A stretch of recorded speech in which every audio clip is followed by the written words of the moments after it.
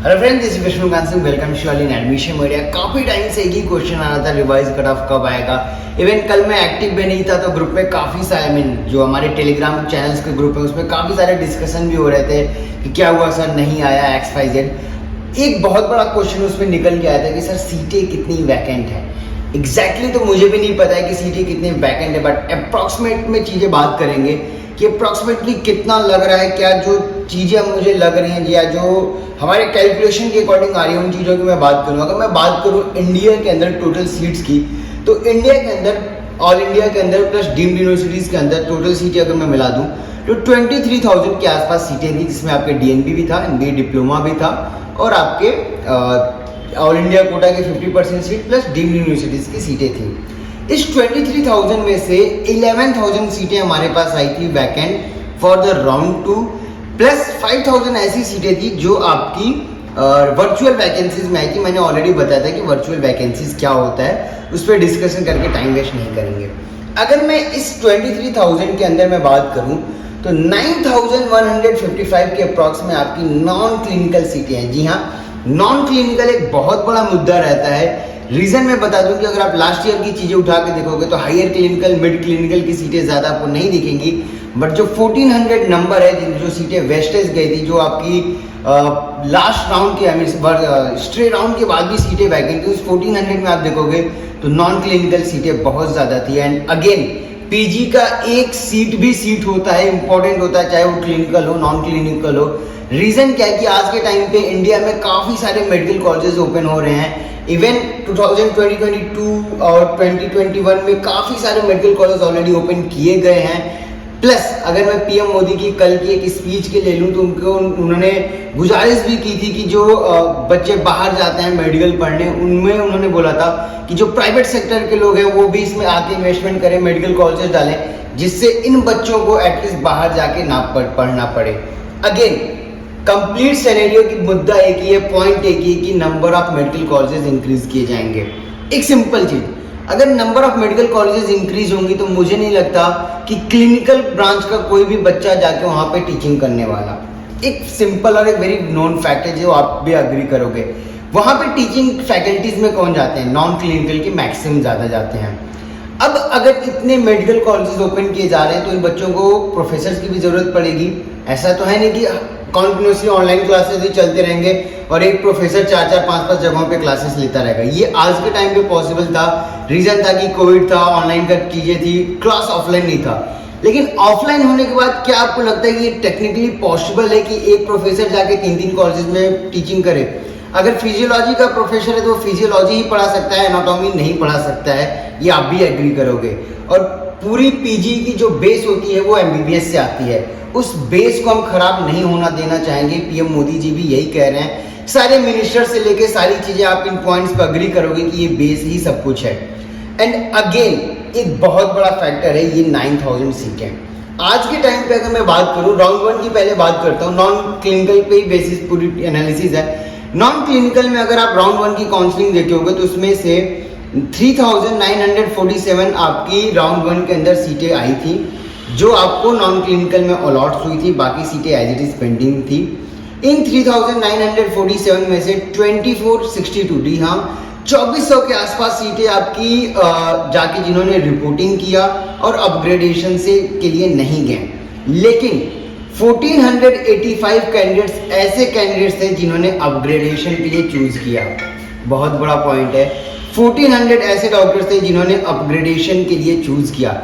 Round 2 की अगर आप अलॉटमेंट चेक करोगे तो 4800 सीटें ऐसी थी जो नॉन रिपोर्टेड हुई आपकी राउंड 2 के अंदर, ये नॉन क्लिनिकल की है। एंड अगेन यहां से सिर्फ 2100 सीटें ही आपकी फ्रेश अलॉटेड हुई हैं राउंड 2 के अंदर। एंड अगेन 2000 सीटें हैं जो आपकी वो नॉन रिपोर्टेड हैं और नॉन अलॉटेड हैं सिर्फ नॉन क्लिनिकल की। अगर मैं ये 2000 पकड़ लूँ और अगर एक रफ डेटा की मैं बात करूं तो आज के टाइम के अंदर नॉन क्लिनिकल की एटलीस्ट 80 to 85% सीटें वैकेंट हैं। कुछ ऐसे भी स्टेट्स हैं जहां पे पहली बार सीटें हैं, लाइक छत्तीसगढ़, वेस्ट बंगाल। आज के टाइम पे डिमांड सिर्फ 3 तो एवरग्रीन ब्रांच थे, 2 एवरग्रीन थे, रेडियोडर्मा, बट मेडिसिन की डिमांड इंक्रीज हुई ड्यू टू कोविड एंड इसके बाद जो ज्यादा अलॉटमेंट्स आए हैं वो आपके TB and chest, first priority, second आपका obs gynae and third paediatrics. ये 4-5 ब्रांचेस की ही डिमांड है जो सीटें अलॉट हुई हैं। बाकी ब्रांचेस के क्या, पीजी सिर्फ आपको ये 4-5 ब्रांचेस ही नहीं रन करते, इसमें और भी ब्रांचेस हैं।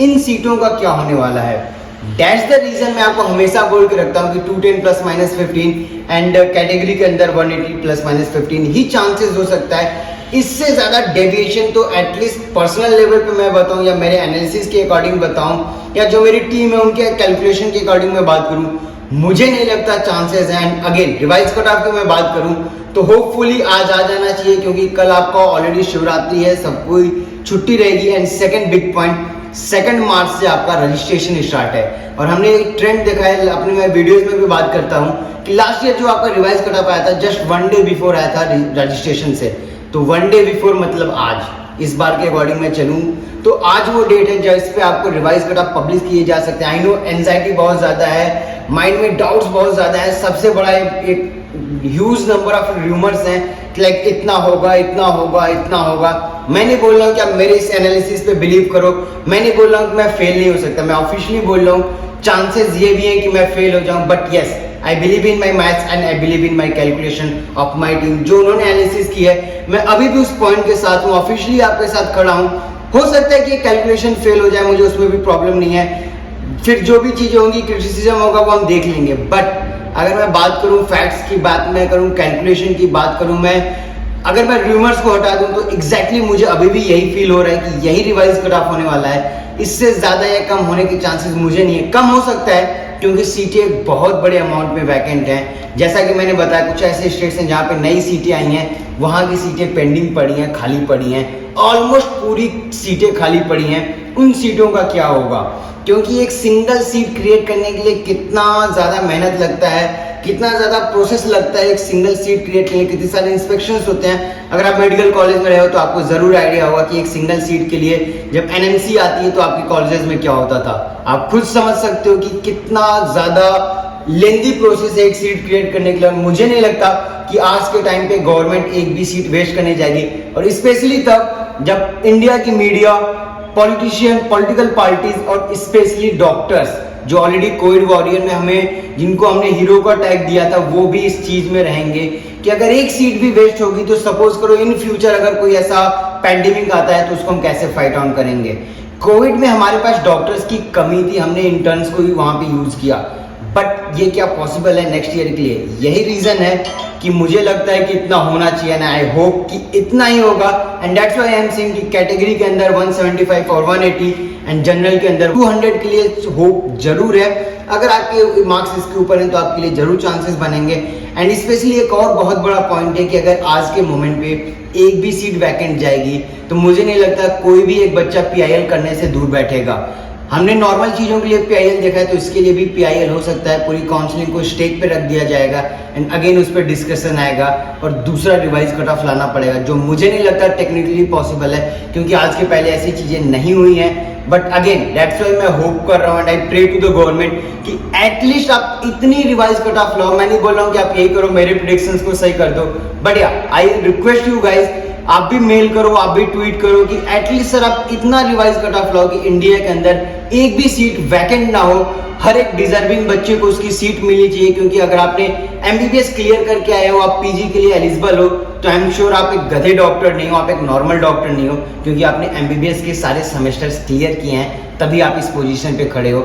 बाकी रेस्ट डिपेंड करता है कि आज कब तक डिसीजन आ जाएगा, बट चांसेस जरूर है कि आज आपका इवनिंग तक डिसीजन आ जाना चाहिए। देखते हैं क्या होगा, मेरी एनालिसिस कितनी हद तक सही होती है, क्या होता है। Will see you in the next video. But अगर आप रिवाइज कट ऑफ के बाद पेड मेंबरशिप के लिए और मॉपअप के लिए डिटेल्स देखना चाहते हो कि कहाँ पे एडमिशन हो सकते हैं, क्या बजट में हो सकता है, तो देखते हैं क्या होता है। बट अगर इन चीजों के लिए आप देख रहे हो तो you can contact us at 9545955519 और हम सारी चीजें डिस्कस करके, इवन अगर आप पर्सनली मुझसे मिलना चाहते हो तो you have to come down to Maharashtra, क्योंकि मेरी ऑफिस तो महाराष्ट्र में है एंड पर्सनली मेरी ऑफिस हर जगह है, बट पर्सनली मैं अभी महाराष्ट्र में प्रेजेंट हूँ।